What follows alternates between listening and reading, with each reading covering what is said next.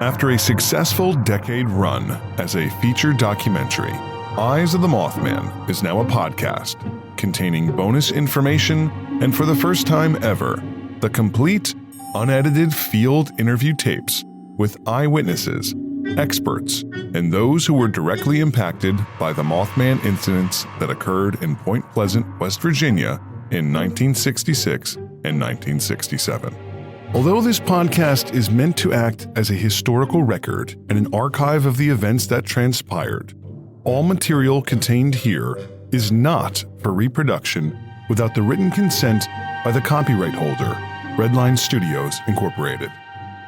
Episode 4 of the Eyes of the Mothman podcast brings us to Helen Hornbeck Tanner. Helen was a historian and she specialized in Native American studies. We interviewed her also at Ohio State University. She was someone that I do remember how we got to her. I had reached out. Actually, you know what? I think Jeffrey McKee, our first interview, who we found because of the Large Birds article that was online, I think when I spoke to him, I said, hey, is there anyone else at your university who might know about Native American studies or Large Birds or Battle of Point Pleasant, like any of our topics? We had like a bucket list of topics for the film. And he had recommended a professor named Jay Miller, who was a Native American Studies professor there. And then he had connected us to kind of not his mentor, but just someone who had he trusted in the same space. And that was Helen Hornbeck Tanner. Again, I remember being self-conscious because, Helen was an older woman, clearly educated, from a very straight and narrow perspective. And, we're going in there going like, hey, what do you think about a headless flying monster that was terrorizing people in West Virginia? We didn't do that. Same thing. I didn't really, I told her that, we're doing a documentary on the interesting history of Point Pleasant, and that wasn't untrue. The idea of the Battle of Point Pleasant, Chief Cornstalk, and, it's not that I was trying to be deceptive, but it's all how you approach something. If you call someone and say you want to be a part of X, and if it's done in a way where you think maybe this person would not be encouraged to do it, then you don't do it. So I remember just approaching her in a selective way, saying like, this is going to be about the history of Point Pleasant, the tangible history, but then also some of its more interesting history, because everybody out there knows about the Mothman legend. So it's not like you can avoid it. As soon as you say I'm doing something on Point Pleasant, they assume you're going to do something on Mothman anyway.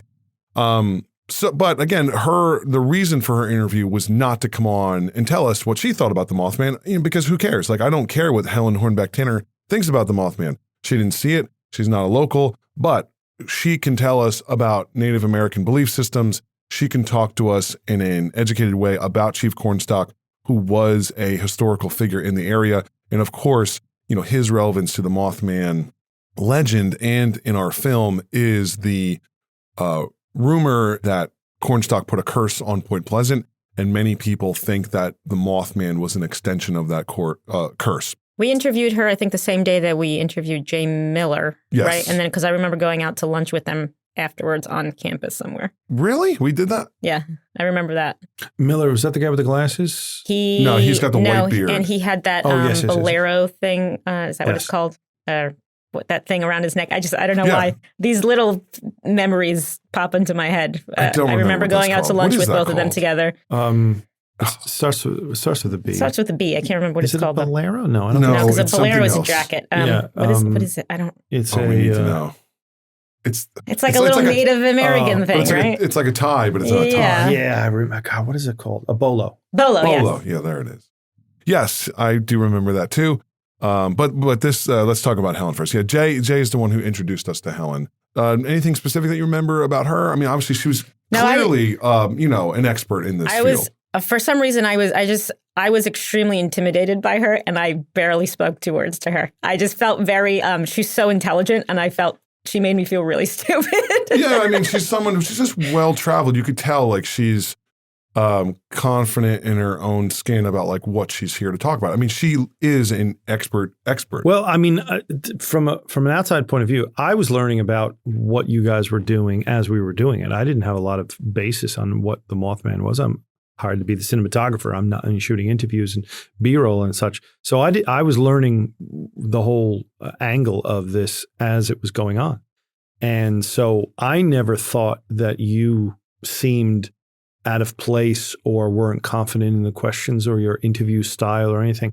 I think you made people feel very comfortable. You got things out of people that I don't think I would have gotten. And I never thought that you looked intimidated or acted intimidated or that these people were condescending to you in any way. I never felt that at all. I think you were very prepared. I think you had a lot of questions. And when you started talking to her, I didn't know that there was a Native American angle to all of this. I didn't know anything. I thought we were doing Mothman. What does Native American history and Cornstalk have to do with that? And so it was revealing all these things as it was going on to me. Yeah, she was, and I appreciate that. I definitely, we went out there prepared. I knew what I wanted to get out of everybody. And it is definitely going back to comparing it almost like to a detective doing an investigation. And the interviews are almost like an interrogation where you want these people to talk about Mothman without realizing they're talking about Mothman. That's what I wanted from these experts. That like, I didn't want to go in and be like, explain Bigfoot to me. I wanted it to be like, explain Homo sapiens to me, explain evolution to me, explain Neanderthals to me. Like it was a similar approach, like only like obviously narrowed and catered to the Mothman legend. But, you know, the ancillary things around it, you know, winged creatures that exist in reality, things that are in spiritual belief systems of Native Americans. Everyone talked about the curse. And that's another thing, again, we talked about it in the first episode. A lot of people that have seen the film, so a few have like struggled to understand why the Cornstalk and the battle exist in the film. And I was thinking about this after we recorded that first episode. There is actually, it might be different now, but when I was researching this, there was not a lot of stuff online about that, making that connection between Cornstalk and the Mothman. But when we were out there local talking to people, it came up all the time. That's the Cornstalk curse. That's the Cornstalk curse. So it was kind of something that was almost like an insider thing. It was a more centralized local thing, like a small town kept, you know, belief. And so that is why we explored it more. I don't know how much that was like public and out there and like discussed by people that knew this story. So maybe that's why there's been some question about it later with the film. That, you know, that was something that was definitely more centralized to that area. Looking back, I remember the town was really divided. There was like those who believe in the curse in a very true way, and those who just thought it was silly.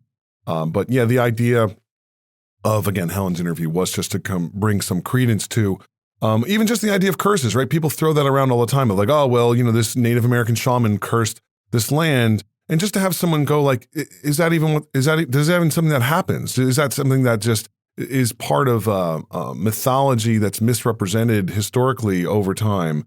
Or is, you know, what is the belief system of Native American people, and specifically maybe that tribe from that area? Is the idea of, you know, is there a witchcraft curse? Is it ridiculous to think that, or is it just more the idea of like karma being exaggerated into something? And the other thing I do remember we learned about the Cornstalk, not from Helen, but we had also learned that part of where that legend came from was that there was a play that was written and performed locally in town. And there was some speculation that that was like an extra entertainment element that was added to the play. And that's how it kind of got mixed up into the history of the town. And so there was some debate about that, whether or not, you know, if that contributed to the myth that like someone took creative liberties about retelling the Battle of Point Pleasant and added that in a play. What's great about Helen in interviews like that is it really brings some credence to a movie like this. Oh, yeah. I mean, the validity that all of these scientists go, and like you said before about talking about it's kind of like a detective type of idea, is that, okay, you have witnesses in a courtroom to prove your case, but you also have experts, you also have DNA, you also have scientists, you also have lab technicians who are saying, this is the evidence that we can concretely show the jury that lends legitimacy to the claims that we're making. And that's what all these scientists seem to be doing. And she was one of the best ones. Hopefully you enjoy Helen's interview about Native American studies, Thunderbirds, and the Battle of Point Pleasant and the Curse of Cornstalk. If there's any question that I ask you that kind of doesn't make sense or doesn't, fit into your area of expertise, or you don't know what I mean, just ask me or tell me. We can film it a bunch of times. If you start to give an answer and you need a minute to rethink it, or you want to start over, just start again. You can, it's very casual and very laid back. So you can do kind of whatever you like. Okay. Okay. Close that door. Yeah. I'm in the window. The window.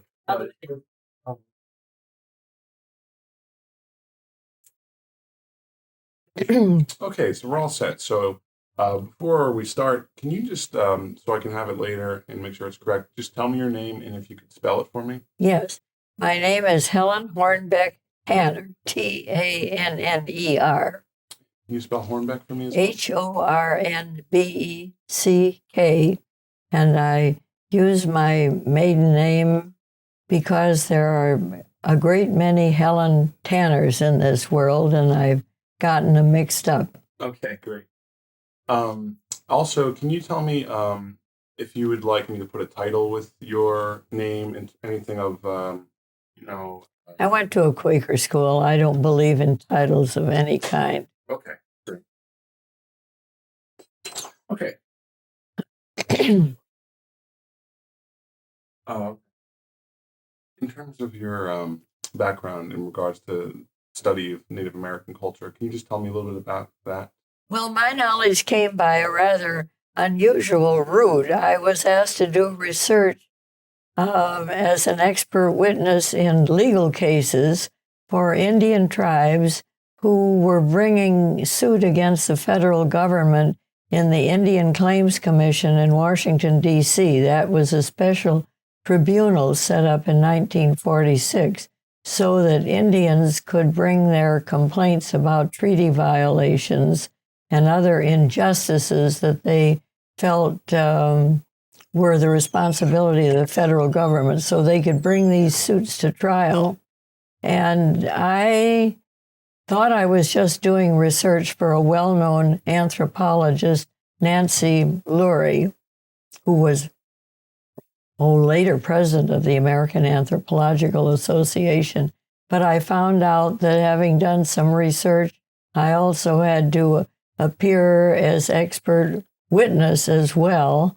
And I was sort of astonished and aggravated at what I thought lawyers were doing to twist around American history to make it suit legal precepts or their legal cases. So I stuck with it and fought through, I think, more of these cases than any other single person, and was one of the first historians to appear before the Indian Claims Commission. So I learned Indian history in order to be cross-examined in Indian history, and I started that more than 40 years ago. Great. I want to talk to you a little bit about Chief Cornstalk. I cover his legacy a bit in my project. Are you familiar with Chief Cornstalk? And if so, can you tell me what he's known for, who he was?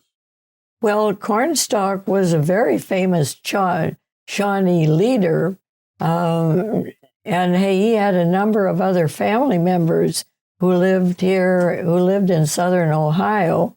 But of course, he's chiefly known as the military leader in the unfortunate Battle of Point Pleasant, when an assembled Indian coalition, largely Shawnee, tried to take Fort Randolph and found that they didn't have the military resources to stand up against the army there from the Virginians, and had to retire from the battlefield after fighting from dawn until noon and make peace. But he is also known for his tragic death when he was murdered by mutinous troops when he was visiting the fort, and that his murder did a great deal to foment hostility along the Ohio River border in the 1770s. Can you tell me, how was Cornstalk viewed by his people? He a well-respected man? Was he a leader? Tell me how he was viewed by the Shawnee. Well, there are 5 divisions of Shawnee, and they don't always agree on everything. Cornstalk, whose villages were in the most exposed geographical position, exposed to threat from American military and settlers and American renegades bent on attacking Indians, was, of course, in a position where it was advisable for him to make peace rather than foment too much violent warfare. So his more pacifist tendencies and the tendencies of some of his family were not always approved by other members of the Shawnee Nation. Some of them actually joined the Moravian sect and were influenced by those missionary teachings and thought that perhaps as peaceful Christians, they might find sympathy from settlers, but they didn't. Now, I do not know his genealogy. All of his brothers. I think equally as famous as Cornstalk was his sister, the Grenadier, known as the Grenadier Squaw, and her Indian name was Nonhalema. A very fine biography, a biographical novel, but it's 90% true history, was written recently by Dark Rain Tom, who is of Wyandot heritage herself, and her husband. And their book starts out, it's really Dark Rain's book, with a gripping description of the Battle of Point Pleasant, with Cornstalk's sister in there as a fighting woman warrior leading her troops. I never heard of it. And this is a story. I think the book came out a couple of years ago, but it's a very gripping story and tells about the other members of the family, the number of brothers in this extended family, and their various pathways through the tortured warfare and diplomacy of the Revolutionary War era. So I'm going to ask you a similar question. For the people that would be close to Cornstalk, friendly with him, how was he viewed by them? Can you give me maybe 3 words to describe how Cornstalk would have been viewed by those that are close to him? Those close to him? Yeah, can you give me maybe 3 words to describe him? From what I understand, he was a leader. Wise, friendly, and a man of great respect for Indian people. Hold on one second, though, before you continue. If you can, that's a perfect answer. All right. Can you start with, for those close to Chief Cornstalk? For those close people, for those people who were close to Chief Cornstalk, he was held in great respect, was considered wise, and a man of great leadership characteristics. Cornstalk, when he died, he was kind of betrayed, kind of murdered. And in Native American culture, things like pride and honor are very important. And it's kind of almost unfortunate that Cornstalk, who's kind of a well-known leader, who's well-respected, it's kind of unfortunate that he met his death in kind of a tragic way. Can you talk to me a little bit about that, about the unfortunateness of someone of his stature, kind of, maybe not dying in battle where it would have been honorable in that manner, where it's almost kind of unfair that he had a death that's kind of tragic like that. That's unfortunately kind of murdered unfairly like that. Cornstalk's death was a particular tragedy because he was a man of great courage and known as a warrior, and yet he was murdered under circumstances in which he could not really defend himself, overpowered by hostile troops who really were disobeying their own leadership. Actually, the Kentucky and Virginia soldiers were not as well disciplined as Indian troops were.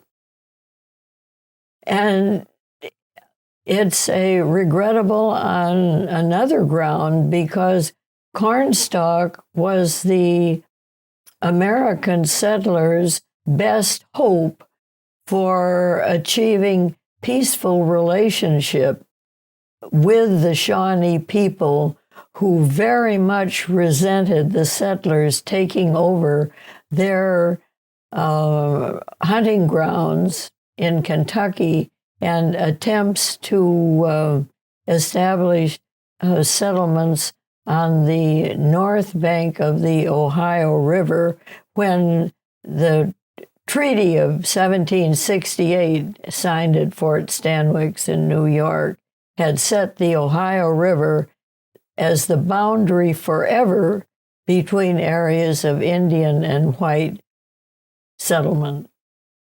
And it's a shame to have lost a person who was a potential intermediary and a moderating force to counterbalance the violent hostility of other elements of the Shawnee people. So I want to talk to you a little bit now about Thunderbird. Can you tell me about the Thunderbird legends that exist in Native American culture? Are these myth-based or are they reality in the eyes of the Native Americans? Well, I'm interested really as to how you became interested in the Thunderbird stories. Thunderbirds are eagles, as you probably know, called Thunderbirds in translation in some American Indian languages. But it's remarkable the numbers of tribal people for whom eagles or thunderbirds are considered the important intermediaries between Indian people who are earthbound and the spirits that are at large in the world as messengers back and forth. And this is not just legend. It seems to Indian people whom I have met to be absolute fact, and they will note a time when they see one or two eagles that are in the vicinity of a place where something special is going on. Now, let me tell you something I personally observed. I was down in Mexico, and I climbed up to the top of a pyramid to watch a group of religious dancers who climb up a pole and then attach themselves to ropes and swing around the pole. And the most intrepid stands on the top of that pole and plays music to invoke the spirits. It's a gripping ceremony. There were these flying dancers. And all the time that ceremony was going on, eagles were circling high overhead. And when that ceremonial dance ended, the eagles dispersed. And that's my own observation. That's really... And I thought that was powerful. Yeah, really So it's not only in North America, but it really is widespread belief of eagles as messengers. And it's something that kind of transcends many Native Yes. tribes, not specific tribe. No, it's pretty universal. Thunderbirds were very much a part of the culture long ago. Are the Thunderbirds still here now? Are they still part of the Native American belief system today as it was? I'm not an expert in this field, but I have no reason to believe that Thunderbirds are not still important because Indian people still speak of them. Point Pleasant, during the 1960s, there was, for an entire year's period of time, there was a gigantic bird that was spotted regularly, almost daily for an entire year.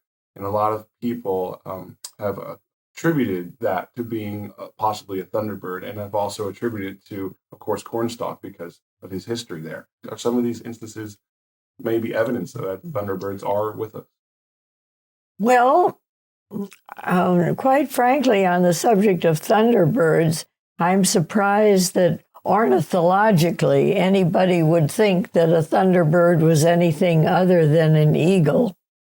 And for large birds and things like that, I'm no expert ornithologist, but I would investigate large buzzards and vultures and large flying species of that order for possible evidence of what people on the ground might have observed. Because those are species of, flying objects that are large and impressive. I think it's also just an indication that, again, a lot of people, when they say Thunderbird, they follow it with the word legend. And, I think that's kind of misguiding because, it stems from something that's real, like you had said. It comes from eagles. A lot of people kind of mislabel it a legend, where it is just a part of the culture and belief in almost religious system that you had said, just in terms of that connection to the other side. With that in mind, it does stem from something very credible and real, and that's here. Is that right? Well, I find that, and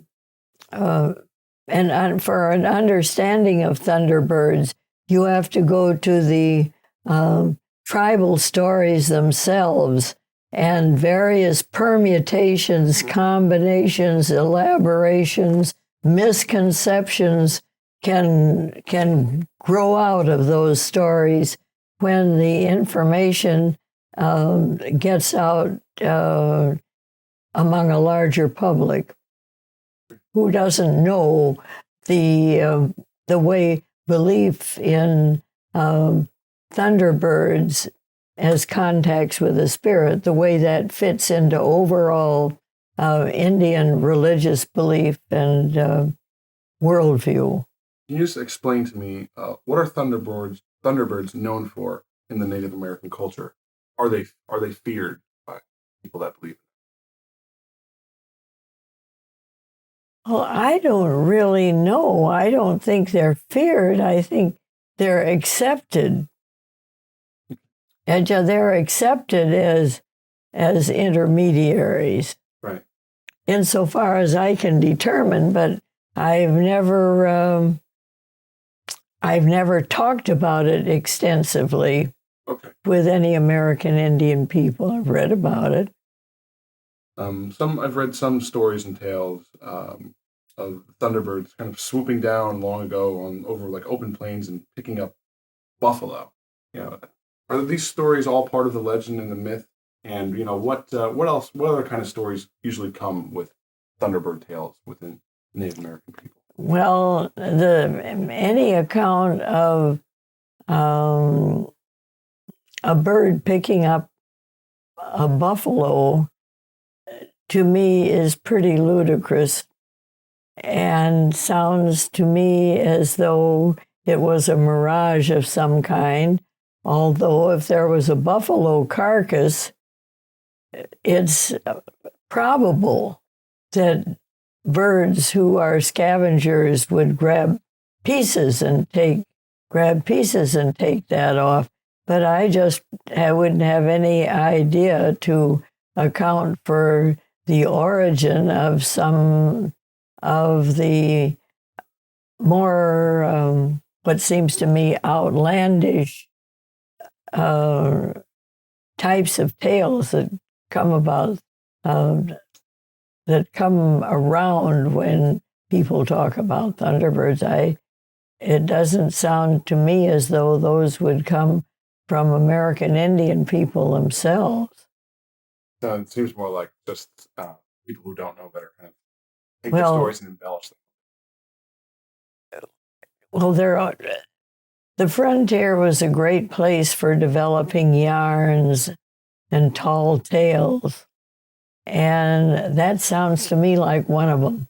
Right, exactly. That's exactly where I wanted to go. Can you tell me about the last question about, well, two more questions about the Thunderbirds. Sorry, you're probably going to be Thunderbirded out by the time I'm done with you.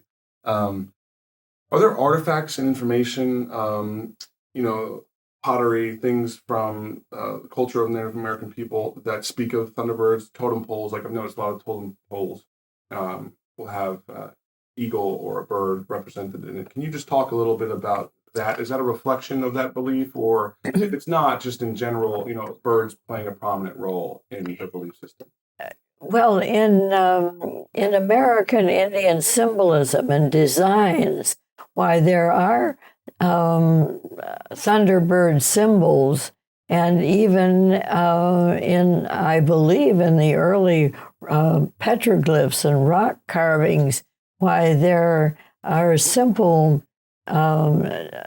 designs etched in the rock that are recognized as symbols for eagles, or as you were saying, Thunderbirds. That is very common. It's on pottery, it's used in weaving, and This podcast is a companion piece to the original feature-length documentary film from 2011 of the same title. If you're enjoying this podcast, we encourage you to see the film that started it all by visiting www.eyesofthemothman.com.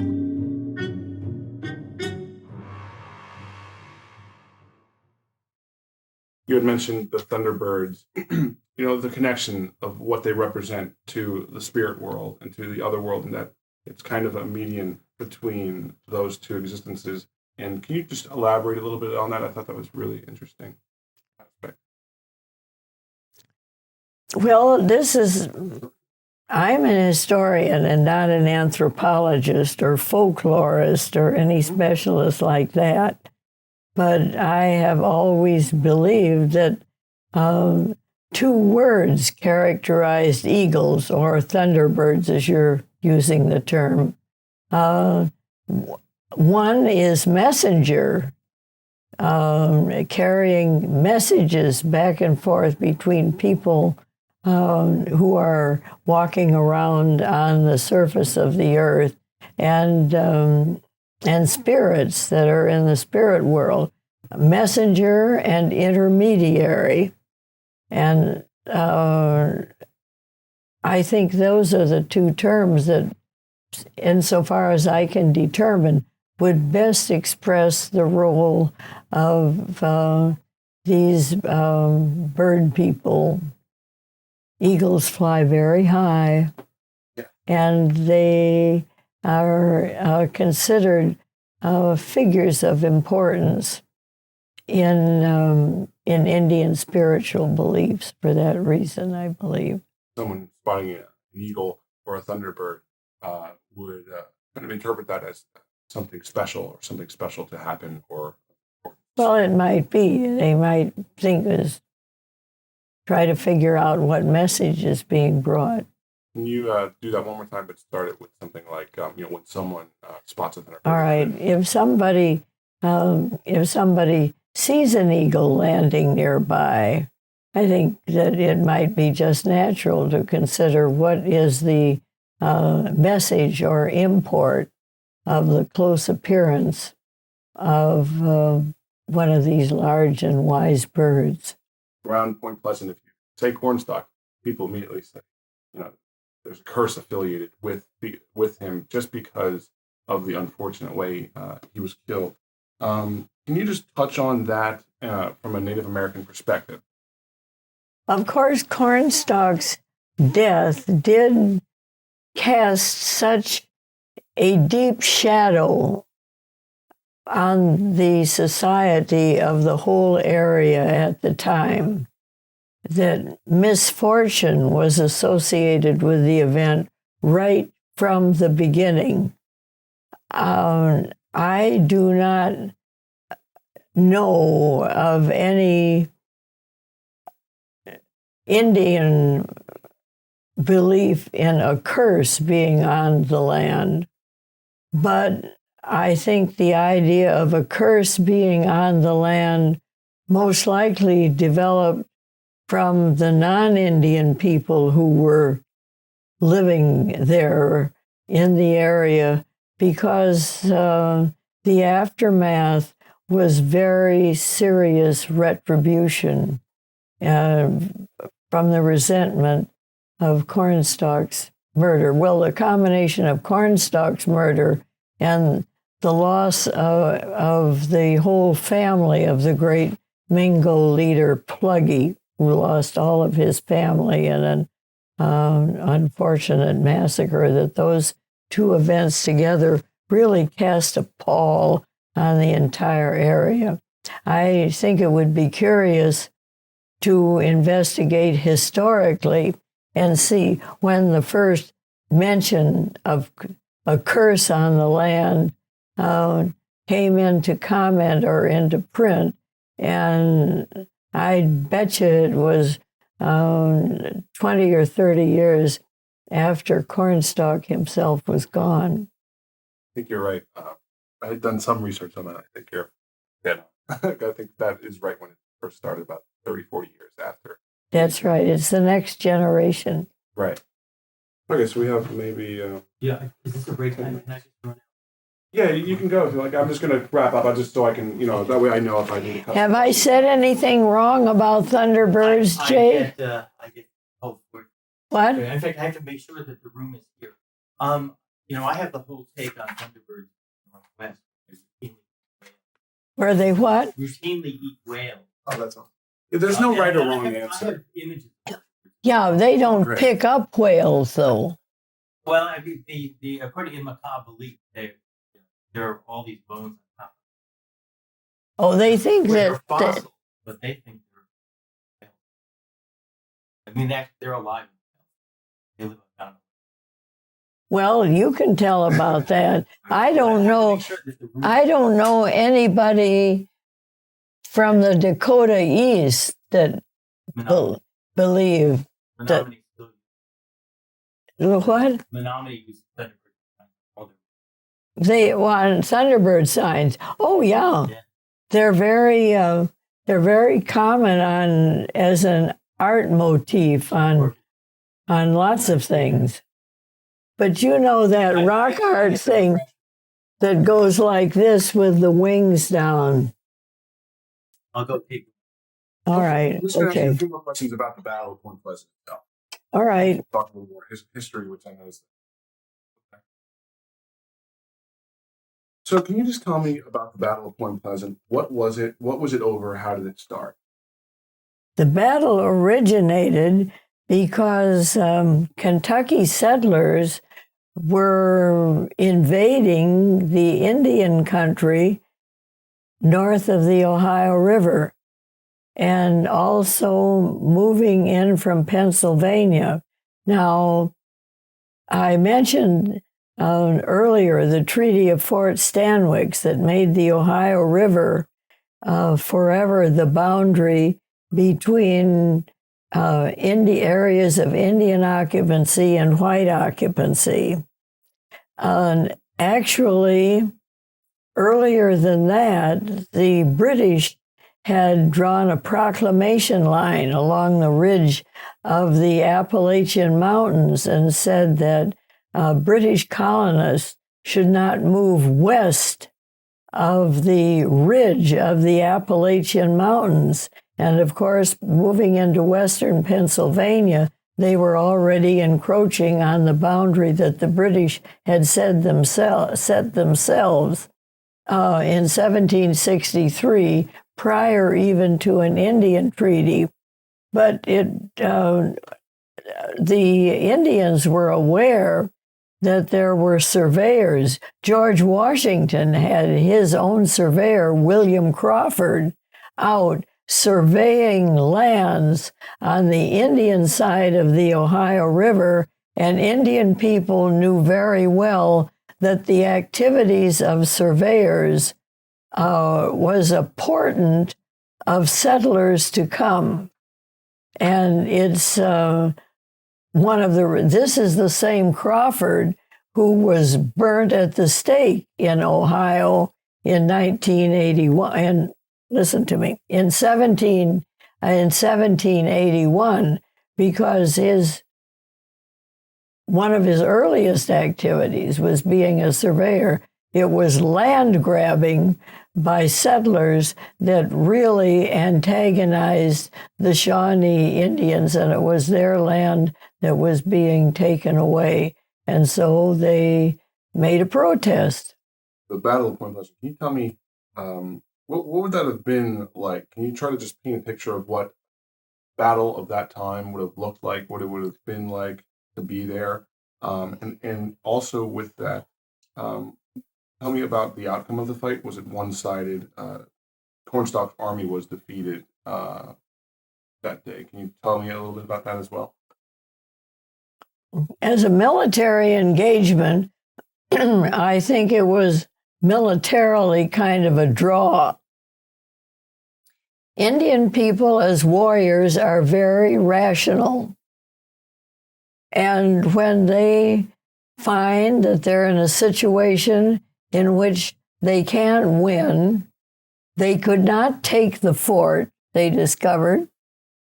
Why, they quit and leave. They're very rational. So if the objective was to have the Indians capture the fort, then it was unsuccessful.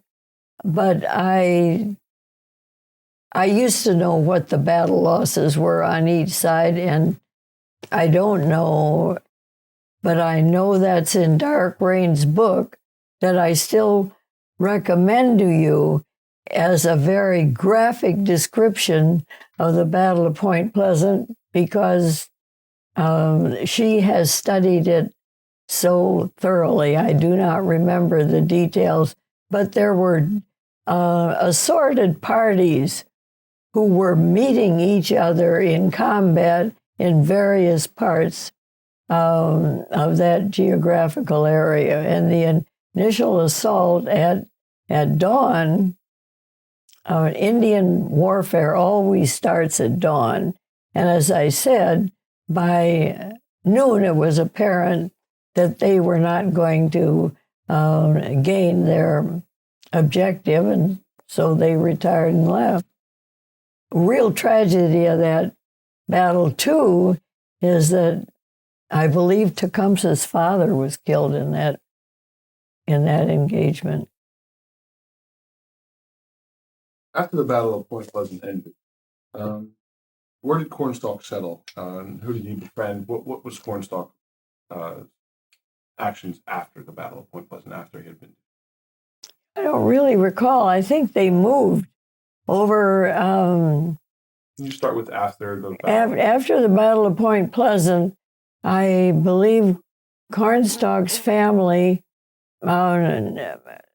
moved over into the central part of Ohio. I've mapped that precisely in one or two of the maps in the Atlas of Great Lakes Indian History, but I don't remember precisely. But the Shawnee communities, a number of them were wiped out. That was part of their animosity. Were in eastern Ohio were wiped out by military offensive, and there was a general evacuation of Shawnees from eastern Ohio and moving over into central Ohio after 1774. And I had heard that Lord Dunmore, the British role, had kind of used Cornstalk and the Native American people to kind of deter attention away from rule of the British, to get people's attention away from this by stirring up controversy between white settlers and Native Americans. Well, as governor of Virginia,